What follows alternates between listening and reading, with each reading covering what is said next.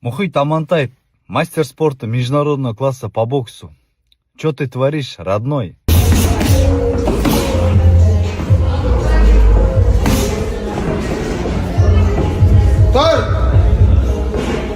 Историяға салып атсың. Ана новичоктар, для себя келіп жүрген новичоктарды залда ұрып атсың да, аямай. Қойшы ше, мұхит дейма, олай болмайды ғона. Ол дәреже емес қол деген. Оны салып, тем более халықтың көз алдында жүрсін, андай қыл видео саласың да, ұрып атсың да, просто ішім күйіп кетті да, просто, жаным ашып кетті да, кәдім шынайы бар ғой. Сол үшін шарт тұрмын, видеоны. Кішкене ят болды, мұхит. Шығатын болсан, действительно, мен сияқты действующий боецтермен шық, мен саған настоящий бой беріп тастайын бар ғой. Нормально төлесіп тастаймыз екеуміз бар ғой. Сондай төлескің келіп жатса бар ғой. Сен төлеспейсің ғой, атаның құнын сұрайсың. Ана мэрс сұрадың ба? Номадта деген мэрс сұрадың, қырғын. Последний мэрс. Какой саған мэрс, андай қылып новичоктарды ұрмаш еш залда. Төлесің келіп жатыр ма? Дұрыс действующий боецтар тартырып алып, залда төлес. Сондай қолың қышып жатса да. Анау қате видео. Тем более халықтың арасында жүрсін, халықтың көз алдында жүрсін, андай қылып видео шығару ұят қой. Бәрі көріп жатыр да, болмайтын нәрсе да. Жігіттер, көңіл күйім өте тамаша. Яғни телефонды ашып қалсам, телефоным атылып жатыр бар ғой. Енді сообщениялар, енді дайректке де, личкаға да, Инстаграм, ТикТок бәрі жарылып жатыр. Енді өзім сәл непонятно болып қалдым. Сосын қарасам, жалпы мына видео жайлы қазір мінекей. Мухит Амантаев, мастер спорта международного класса по боксу. Что ты творишь, родной?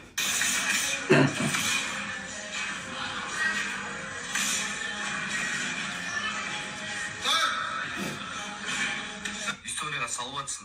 Ана новичоктар, для себя келіп жүрген новичоктар для себя ұрып атсың да, аямай. Қойшы ше, мұхит дейма, олай болмайды ғона. Ол дәреже емес қол деген. Оны салып, тем более халықтың көз алдында жүрсін, андай қылып видео саласың да, ұрып атсың да, просто ішім күйіп кетті да, просто, іші күйіп отыр. Жаным ашып кетті да, кәдім шынайы бар ғой. Сол үшін шарт тұрмын, кішкене ят болды, мұхит.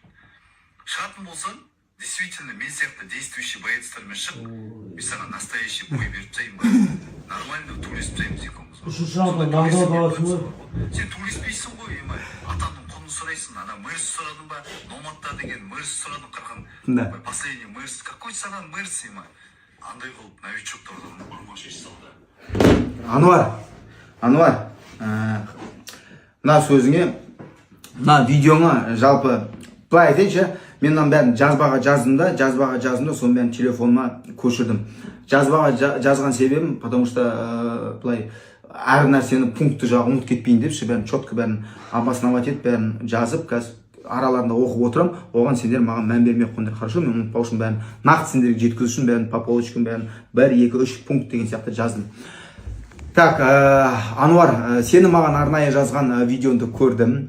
Елемей өтіп кете беруге болатын еді, бірақ халық менің жауабымды күтіп отыр екен. Ана кірсем енді комментарий өте көп та.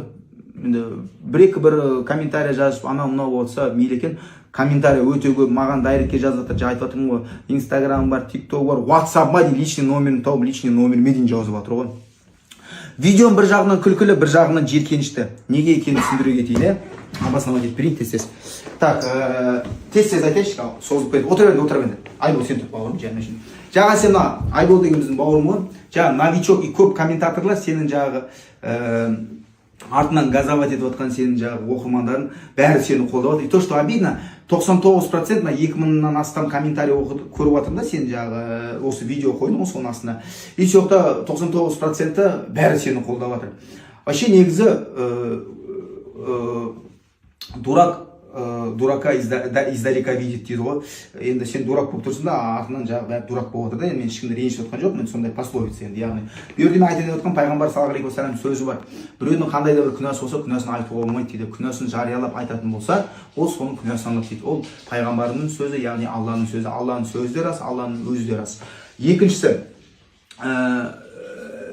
білмей жатып біз не істеп не қылып жатқанымызды білмей жатып соны елге халыққа өлтірік қылып бізді өлтірікші қылып бізді фуфлужник қылып көрсеткілерің келіп жатса оны вообще страшный грех та ол. Сондықтан жігіттер айналайын үшін сендер біздің кухняны білмейсіңдер ғой, біз не істеп жатырық, не қылып жатырық, не жасап жатырық. Сондықтан білмеген нәрсені өздерінше білгендей болып елге халыққа айтудың жариялаудың қажеті жоқ. Мына жаңағы Айбол деген удар соғып қалып жатқан жігіт, Айбол деген мен өзім көмекшім. Бұл Айбол деген көмекшім, жаныма шейін сендер жаңағы көп комментарияларында оқып жатырмын. Он избивает своего ученика, анау-мынау туда-сюда бьет, убивает, какой он тренер, ужас, анау-мынау біреулер долбоеб деп жатыр, біреумен наркоман деп жатыр, біреумен бір бәле. Короче, менен ит адам жоқ қой, короче, ана комментарияларын оқысам. Обосную я айтып жатырмын, бұл мен никакой мой не ученик, это мой. Так, кім телефоны? Берде мен айтайын, өшеш ананы. Берде мен айтайын деп отқаным, бұл ешқандай мен оқушым емес. Бұл 27 жастағы менің пұхам. Бык. Айбол деген. Салмағың қанша Айбол? 80. 80 килограмм. Жазған ба? 27 жастағы пұхағы бұл. Айбол деген. Бұның спорттық дәрежесін айта кетейін. Бұл бокстың былайша айтқанда әрбір алфавитін зерттеген, соны оқыған адамдардың бірі ғой. Бұл өз кезінде өте мықты боксшылардың бірі болған, өз салмағында. Қазіргі уақытта бокс жұлдызы болып жүрген, кеше ғана Азия чемпионы болып келген Абылайхан Жүсіповпен кезінде бокстасып, солармен бокстасып емес, таяқ жеп былай емес, солармен на равных бокстасып жүрген, соларға кәдімгідей отпор беріп жүрген азаматтардың, қазақтың батырларының бірі. Салмағы 80 килограмм. Пұха, ана Мұхит теңізінің ар жағында Садырдин Ахметов профессиональный бокстасып жүр ғой. Сомен кезінде бокстасқан, солармен мінекей тепе-теңдікте бокстасып жүрген азаматтардың бірі. Қайақта оқыдың? Спорт школа. Спорт школа қай қалада? Қарағанды. Қарағанды қаласында спорт школада 3 жыл оқыған, дұрыс па? Дұрыс. 3 жыл спорт школада оқыған. Спорттың, бокстың яғни алфавитін зерттеп білген адамдар. Өз салмағында кезінде менмін деген мықты боксшылардың бірі. Сен де айтып жатсың ғой, новичок, анау-мынау деп жатсың ғой, анорағың не айтасың курткасына? Енді ол бірден сізге секірген дұрыс емес, және де мені новичок деп айтқаным мені намысыма тиді да біріншіден. Егер новичок деп намысыма тиіп, маған қатты тиіп жатыр. Егер шынымен бокс көргісі келсе, бірінші келсін залға көрсін, көрсетемін бокстың қандай екенін. Онда бірінші сенен өтіп алсын. Менен өтіп алсын. Маған секірмей қойсыншы. Қатты секірмей қойсын. Расарас чисто, да? Так, одан кейін Абай деген қанша бет болды? 6. Ой, нормально идем. Абай деген тез айтайын. Абай деген, бұл Абай деген жасың қаншада?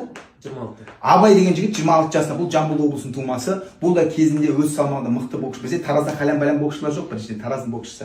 Таразда өңкей бізде арыстандар ғой, тигрлар. Таразда өз салмағында мықты боксшылардың бірі болған. Одан кейін бұл боксты кәдімгі лупамен зерттеген адамдардың бірі. Қалай зерттеген? Мен айта кетейін. Алматы қаласында спорт туризм академиясында 4 жыл оқыған адам. Дұрыс айттым ба? Лупамен зерттеген. Обосновать еттің ба? Сен новичок, анау-мынау деп жатсың ғой. Міне боксшылар отыр. Сосын жаңағы боксшылар айта кетейінші десеңіз. Жаңағы қара сен айтып жатсың ғой. Бокстасқан кезде, біз бокстасқан кезде, мыналармен бокстасқан кезде мен сен до того боксты, Ануар, сен ренжімен, до того бокстан бар ғой, сен былай түсінігін, сен хотя өзінен фундамент бокс, сен ММА-ға шығып жүрсің, то боксқа шығасың, ну непонятный болып жүрсің ғой, адам болып жүрсің ғой, то хайп-папат етіп кетесің, кейбір кезде осылай бар ғой. Айтайын деп отқаным, сен өзің енді фундамент бокс қой сенде, сен бокс жасаған кезде білу керексің ғой. Мен ұрып атқан кезде, мен мысалға, мыналармен бокс жасадым ғой. Мен ұрып атқан кезде бұлар қатты ұрып құлатып атқан жоқпын ғой. Сен жаңа айтып жатсың ғой, не дейді? Избиваешь дей ма, не дейді? Ұрып атсың бір бәле. Что ты творишь, блядь? Что ты творишь, бір бәле. Мен бұларды ұрып атқан жоқпын ғой. Мен бұлардың бастарынан вообще ұрып атқан жоқ. Бұларды сипалап атып, это у нас каждый дневный күнделікті процесс жасалынады. Мен бұларды ұрып атырмын, қай ұлдардан құлап атсыңдар сендер? Басқа ма, ішке ма? И то өтірік құлап атыр олар. Татуымыз өтірік құлап атыр. Сен қараса видео, қай ұлдардан құлап атыр бұлар? Бұлар корпустан ұрғаннан құлап атыр. И то мен бұлар қатты тұрып атқан жоқ, бастарынан вообще қатты тұрып атқан жоқпын мен бұларға. Сен до того бокстан, до того деңгейін төменде, до того боксты даже ударларды қалай ұрып атыр, не жасап атыр, сен даже как бапкер ретінде, боксшы ретінде, стратег ретінде зерттеп білмей жатсың сен. Сен просто көріп алдың да, и хочешь хайпануть, и ты это, ну, короче, хайп поймал деген сөз ғой. Берді мен айтайын деп отқаным одан бөлек, ана рингтің жағында кішкентай балалар тұр. Байқадың ғой, біз жаңа Айболмен ұрып атқан кезде, Айболмен жаңа бокс жасадық қой. Айболды сен жаңа видеода жаңа көрсетіп жатсың ғой, Айбол сол. Айболды ұрып атқан кезде ар жақта кішкентай балалар тұр. Кішкентай балалар не үшін тұр? Біз балаларға көрсетіп жатырмық. Ағайлар қалай бокстасады. Вот сен де солай айналыссаң болады ғой. Вот бля деп әр бәлені хайпавать еткенше бар ғой. Ну, можно заниматься чем-то полезным. Ну, балалармен айналысып жұмыс жасасашы, хайпавать етпей. Ну, зачем тебе это надо? Или ақшаң тосып қалды ма? Ақшаң тосса айт, ақша жіберемін. Жалпы, айтайын деп отқаным, біз бокстасып көрсетіп жатырмық. Балаларға қалай ұру керек, қалай тактика, қалай ударды дайындау керек деген сияқты ана ринг мына жағында балалар тұр, сол балаларға біз көрсетіп жатырмыз.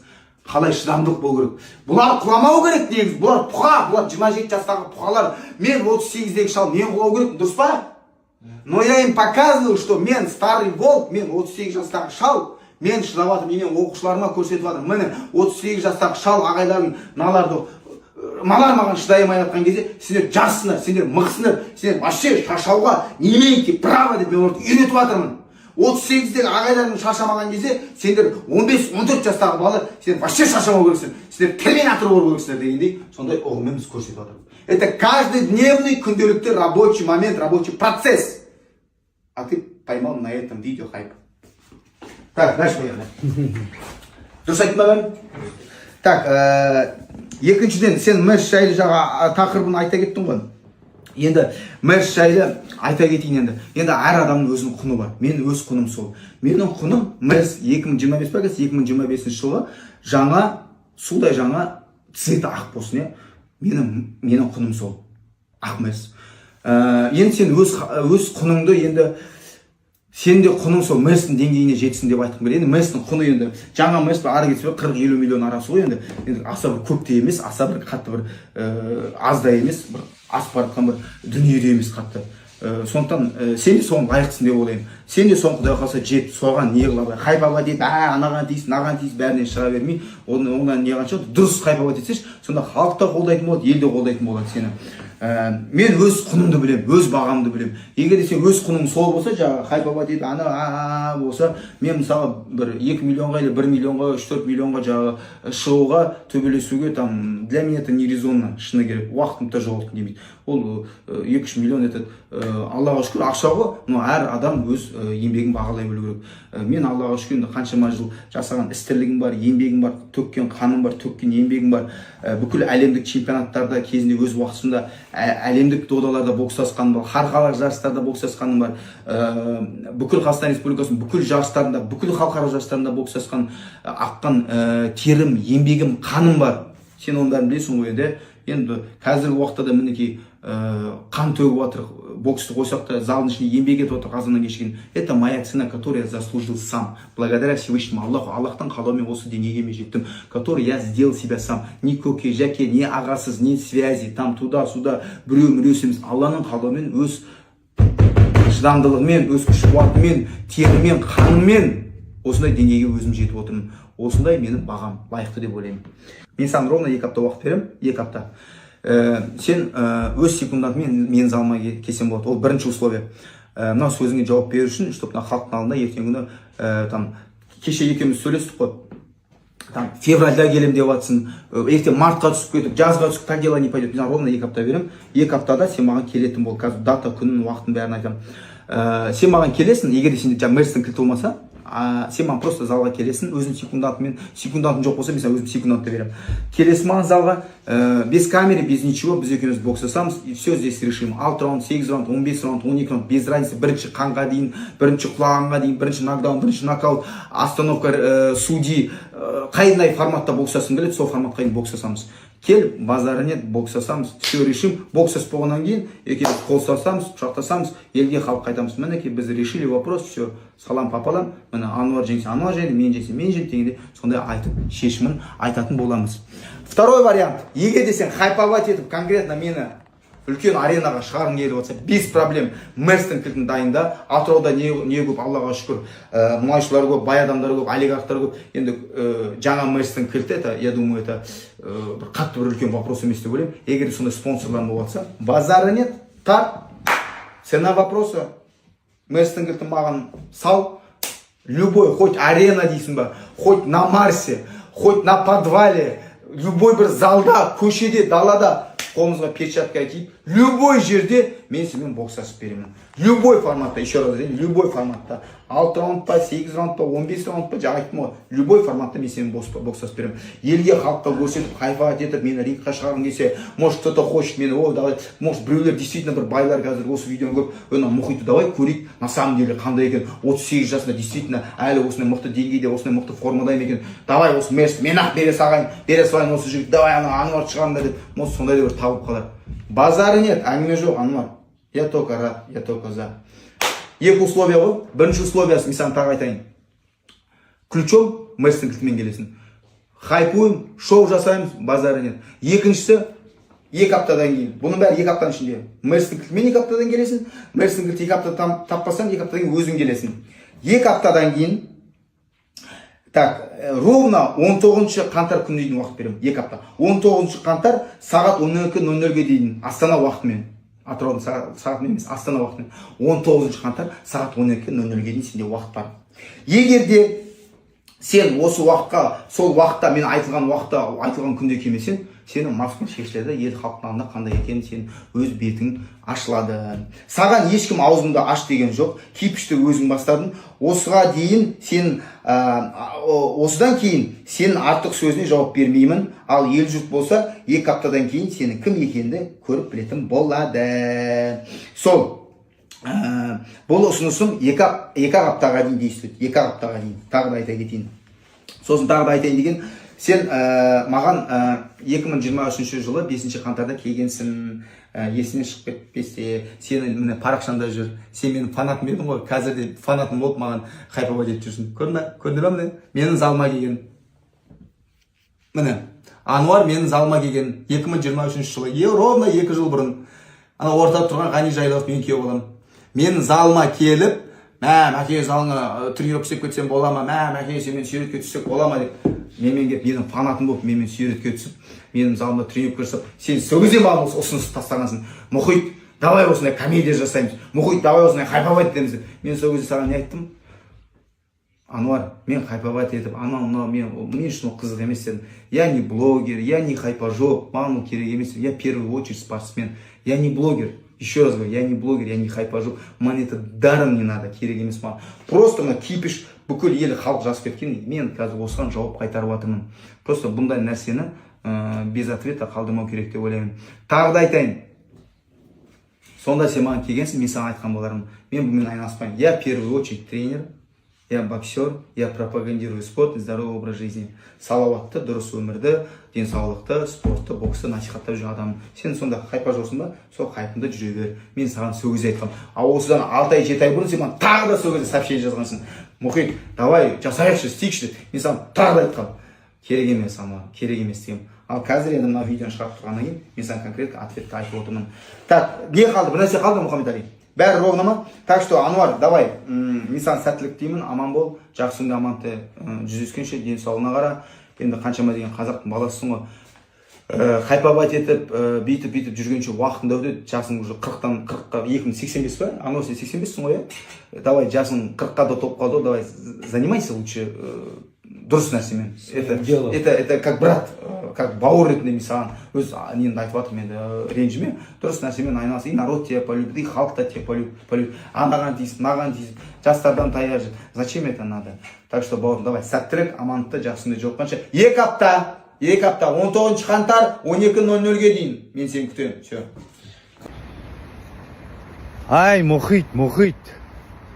Порядочного человека грязью поливаешь. Не айтарын білмей, учениктарыңды жинап, үйрету тәсілін дейсің ба? Үйрету тәсілі олай болмайды. Сен оны прекрасно білесің, как боксер. Так что кино ойнамақ қой. Попозже видео шығарам. Менен ответка болады. Кеттім пробежке, уақыт жоқ, короче, бар ғой. Порожняк әңгімен сен, натуре утре әңгімен. Баршаңызға ассалаумалейкум ағайындар, қазақ елі. Енді кешегі видео мен шығардым, пост за правильные вещи айттым Мұхитқа. Менің өзім түсінігімді айттым, и менімен барша халық деген келісіп жатыр, банағыда комментарийді жазып жатыр. Спортсмендер, тренерлар бар ішінде деген. простой халық бар, енді бір шамасы поддержать етіп жатыр. Комментарийда Аллахқа разы болсын, мен өзім позициямды, өзім шындығымды айттым да. Енді Муха, братишка, я тебе скажу так, на твой, енді сен пост шығарыпсың ғой, сол постыңға мен саған былай жауап берейін. Фото түсті, фотоға келіп түсті, мен залға келді, мен фотоға түсейік деп айтты дейсің да. Ты конкретно порядочного человека грязью поливаешь, наговариваешь конкретно бар ғой. Мен саған бүйтіп айтайын. Фотода олай оған жоқ, зал деген былай болды. Изначально мен оған личкаға жаздым. Давай, Мұхит, спарник жасайық, осылай деп. Ол ма айтады, все, проблема жоқ, залға кел дейді. Залға келдім. Короче, я хотел там, енді мен жарысқа дайындалып жүргесін 5-6 раунд жасам келді да. Ол маған айтады да, жоқ, там, давай 4 раунд, там, 2 минуттан, 3 минуттан, там, деген сияқты да. И то там такой спарник был, да, легкий, да. Спарник что-то түсінбей қалдым, шыны керек бар ғой, тісіме тұрып қалды бар ғой, даже тер шыққан жоқ та.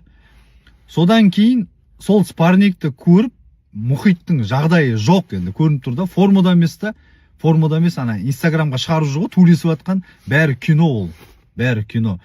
Ты же хотел правду, Мұхит, бүкіл информацияны шығар деп отырсың ғой, міне, сен де айтып отырсың ғой, там фото, мото деп утро әңгімелерді. Мен саған айтайын да, сол кезде спарник болған кезде қалай айтайын, Ғани Жайлауов деген бар да, олимпиада, участник олимпиады, Ғани Жайлауов бүкіл Қазақстан таниды да. Сол еркек қой, действительно еркек та, шықты да, короче, андай қылып айтады ғой. Давай, мен жасам сенімен, короче. 10 раунд жасайым дейді да сенімен. Ертең кел дейді да. Мен алдымда еркекше, короче, ертең келдім, сағат 8-дерде. 10 раунд бойы туылестік та, красавчик та, база жоқ. Сосын сол фотоны келіп алтта, короче, давай фотоға түсейік деп мана Ғани айтады. Ғани айтқан уақытта Мұхит тұрады ғой үшіншісі. Сол кезде түскен фото анау. Мұхит, сен өтірік айтпа, алдама халықты. Зачем алдайсың? Сосын сен сияқты телефон алайын осылай. Телефонды алып тоже түсірейін менде. Насчет Мерсана. Сен білесің, что саған никакой организация Мерстің ақшасын, Мерсті бермейтін білесің да, сен просто бойдан қашып тұрсың. Болды. Тұқытері сол. Сен білесің, уже мен саған қиын болып кететін спарникте түсіндің ғой сен, примерно. И то легкий спарникте түсіндің сен. Зал февраль, не, сосын балдарды, насчет балдар перепуганы ғой, көрініп тұр ғой, оқытқансың ғой, ананы айтамыз, бүйтіп айтамыз деп бар ғой. Өзі не айтып отқан өздері білмейді да балдарына. Енді көрініп тұр ғой, көзбен көрініп тұр да, что сен бе ұрыватсың да, ол сен қандай тәрбие, құттай балдар дұрыс емес түсінеді да, еще андай себе показываешь, якобы король ежіна. Сен достойналармен шық деп айттым мен саған, дұрыстап спарник жаса дұрыстармен. Зачем саған еба новичоктарына? Новичок анау конкретно бар ғой. Или баяда бокс еспей қалғандар ғой, алып ұрыватсың да. Вообще видеоға постқа керемес өйтіп түсіріп. Ұрып постқа неге шығарып тұрсың? Вопрос сол саған. Қате істеп тұрсың да, сол жағынан.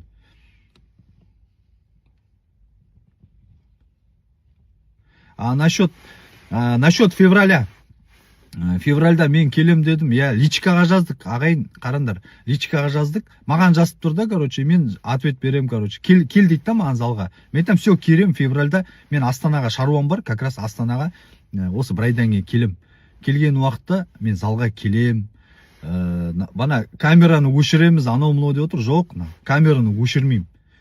Спарникті түсіреміз, қалай кіргенімді бәрін секундантымен, как положено, Астанаға келеміз алынға, спарник жасаймыз, спарникті видеоға салам, тиктокқа, инстаграмға саламыз. Бүкіл халық көрсін, как ты работаешь со мной.